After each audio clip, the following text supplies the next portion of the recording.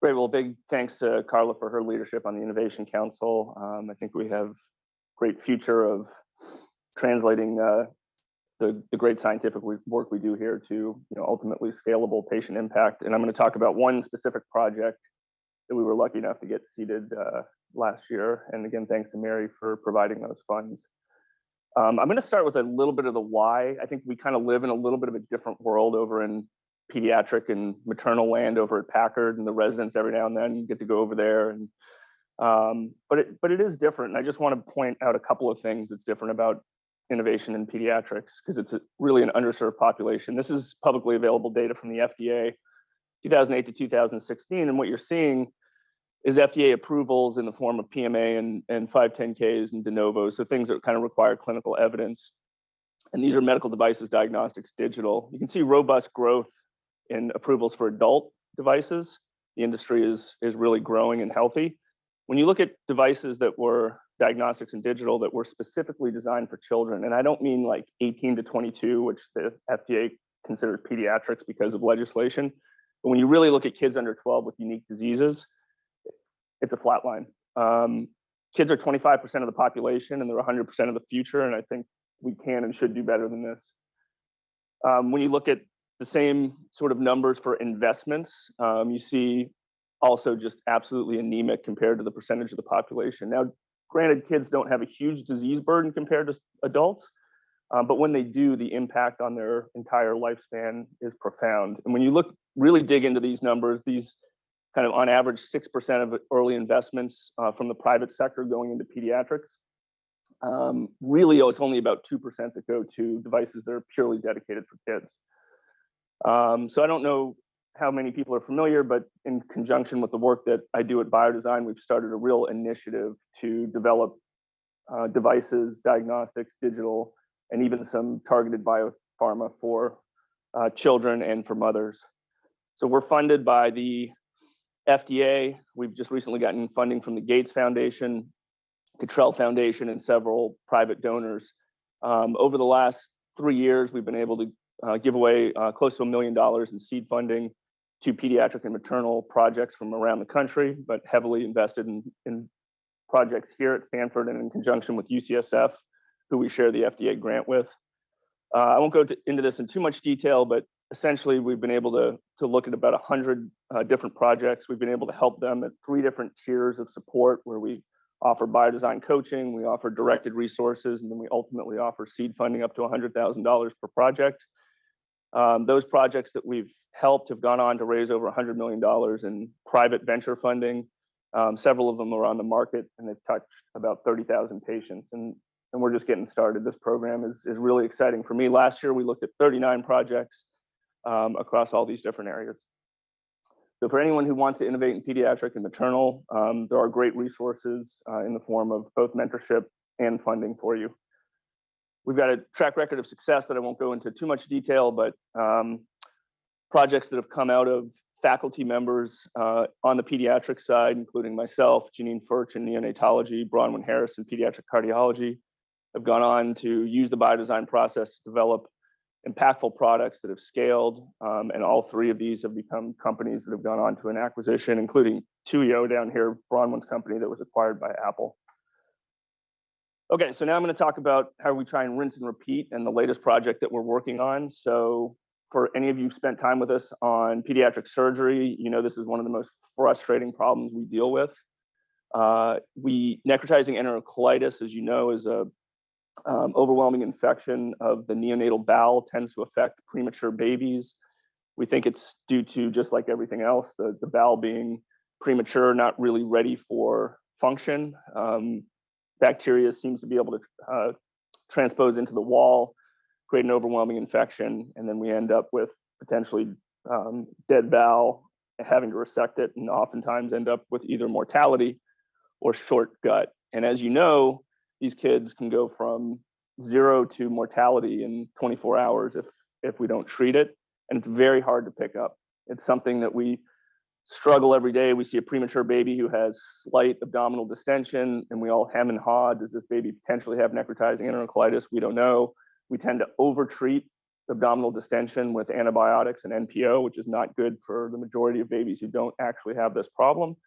And then the ones that we miss, again, can go on to devastating complications, or even the ones that we treat just a little bit late. Again, detection, really the standard of care is our clinical suspicion plus an X-ray. Once the X-ray shows pneumatosis, the damage has probably been done, or it's well on its way to being done. So our question for this project was, could we pick something up earlier? And so in classic Biodesign fashion, we came up with a needs statement of saying a way to detect harmful overgrowth of gut bacteria in NICU patients receiving enteral feeds in order to prevent progression to surgical necrotizing enterocolitis. It's a reasonable market. I won't go through it in too much detail, but there's approximately 10,000 NICU deaths a year. That's out of about 400,000 premature babies, so reasonably high mortality rate. Optimized nutrition could be achieved in almost all of those 400,000 patients who at some point get feed stopped because of distension, and the overall cost of the system is in the range of $9 billion. So what do we think we can do? We think that there's data from the 80s, including some work done here by Dr. Stevenson in neonatology and others, that showed that exhaled gases could potentially be an indicator for necrotizing enterocolitis. The idea being that the bacteria gets into the bowel wall, it creates gases that may either be in a higher concentration or different gases than would normally be exhaled in human breath. Those gases get into the bloodstream across the bowel wall and then are exhaled in the breath and could potentially be picked up. As with many things, the technology in the 80s wasn't great for measuring low levels, parts per million of gases, but they showed that there was some feasibility to the concept and showed some spikes in hydrogen and other things. Other breath tests have come on the market, so this isn't a super high risk technology. It's been used for multiple tests, and it's actually been used across all age groups. So this is what we've done with the Department of Surgery seed funding. We have really taken two work streams to get started. We're beginning with what we call our biomarker study, where we have an IRB approval in the NICU to collect gases from premature babies. We're trying to collect them prospectively so that we pick up NEC cases as they happen, and that we have control samples in babies that don't end up having NEC. Second work stream is a little bit, and this is in full swing, and I'm going to show you the data from that in a second. The second work stream is really thinking about how we can operationalize a gas system that would be used at the bedside that could really fit into the workflow of the NICU. Here's some of the challenges that we've come across. Really collecting the samples has been one of the bigger issues. We have to use these inert bags where you're able to capture gas and save it so that it's not contaminated by external gases in the air. And we've been able to do it for both non-intubated patients using a couple of different methodologies that we've played with, as well as intubated patients. Clearly, intubated patients is a little easier. You just pull it off the side port of the exhaled gas. But non-intubated patients, there has been challenges around making sure we get a high enough concentration that we can show a signal. And here's some of the initial data. Anyone want to guess what that spike is? It's what I call a whiff of feasibility. We saw something. So this is us. We started about a month and a half ago, and so we only have 12 patients so far, but we did pick up one patient that went on to clearly have necrotizing enterocolitis with pneumatosis, so gold standard X-ray. And this is what we saw. This was a spike in hydrogen, and this was a patient that was not intubated. And this is really looking at the hydrogen to CO2 ratio. So because of the dilution we get from room air, we need to have some normalization. And so that ratio of hydrogen to CO2 seems to be, at least initially, the way to go. So 2 days before the baby developed full-blown NEC and pneumatosis, we saw a massive spike, relatively massive, these are parts per million, but a signal in terms of hydrogen. This is consistent with some of the data from the 80s. And then this is when the baby started antibiotics, and we saw the hydrogen normalize. So again, N of 1. This is very early in our clinical study, but a whiff of feasibility, something we clearly need to replicate and show the fidelity of.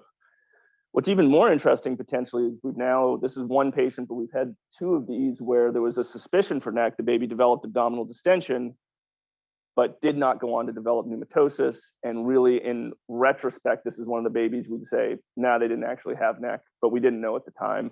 And in both of these cases, we did not see that spike in the hydrogen CO2 ratio. We're also looking at other gases, methane and others. The signal is not as clear, and these are very difficult to measure because they're lower concentrations. So really, I think here we don't know if there's going to be a signal, but what we do know is we need to optimize the collection to get these in larger concentrations.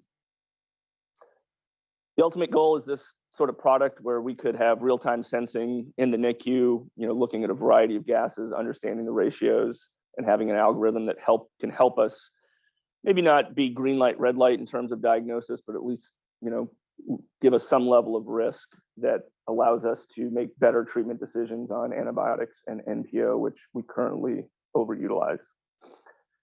We have filed some intellectual property with OTL. I won't go into that in too much detail, but I think a lot of people here in the innovation program have been through this. We have kind of figured out our regulatory pathway. These are all known gases and known ways to sample them. And there's predicates, so we don't think we're going to have to do a complete, new PMA phase 1, 2, 3, et cetera. We can build off of the predicates.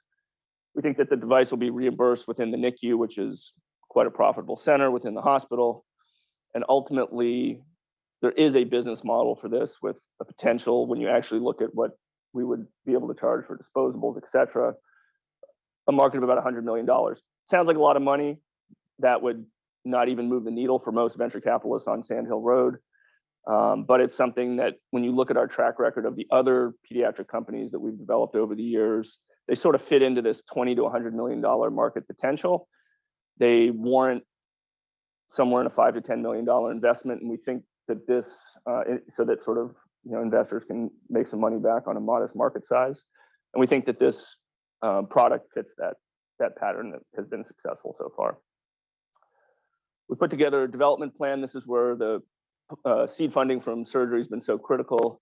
We also have some additional funding from the PDC and others. We're going to continue device development. So assuming that whiff of feasibility turns into a smell of feasibility or proof of feasibility, we're going to continue with developing the bedside version of the device, which really, I don't think it has a lot of risk. It's engineering, it needs to be done, but these gases, we know how to sample them. We know how to do them in parts per million. We then would want to do a prospective study using that and look for FDA clearance on that specific device. Great team behind it. Janine Furch, who helps with the PDC and Biodesign. She's a neonatologist, has been a great partner in this. Juliana Pearl, who's our senior researcher. And then Chris Strand, who's been absolutely critical, and this is the power of Stanford. And when you want to innovate here, you don't have to walk very far to find world experts. He's a engineer in mechanical engineering, and he's an expert in gas detection for the oil and gas industry, where, bad gas and things go boom.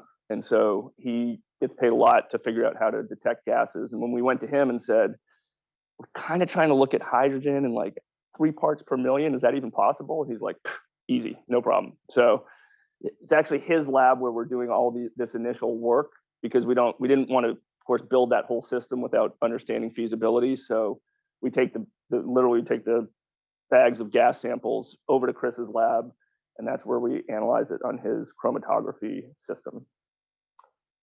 And then finally, I'll make a plug. Part of our program this year, we're going to focus on maternal innovation. So we're having a pitch competition for maternal innovations coming up this Friday. We're also going to have a great symposium, which is going to include a talk from Steve Quake, who is critical in developing free fetal DNA, the reasonably new test for trisomy 21. Steve's a faculty member here in engineering, as you probably know. We're also going to have a panel of women innovators who have developed products for the maternal market. And finally, we are going to have the former CMO of Medicaid speaking about how Medicaid thinks about innovation in this space, since they cover a large majority of maternal and pediatric patients in this country. With that, I will say thank you. I do want to make one little announcement. So when the wind changes, sometimes you have to tack, and I am going to be taking a leave for the next year, maybe two, to work with Intuitive Surgical on product development. It was an opportunity that's great professional opportunity for me.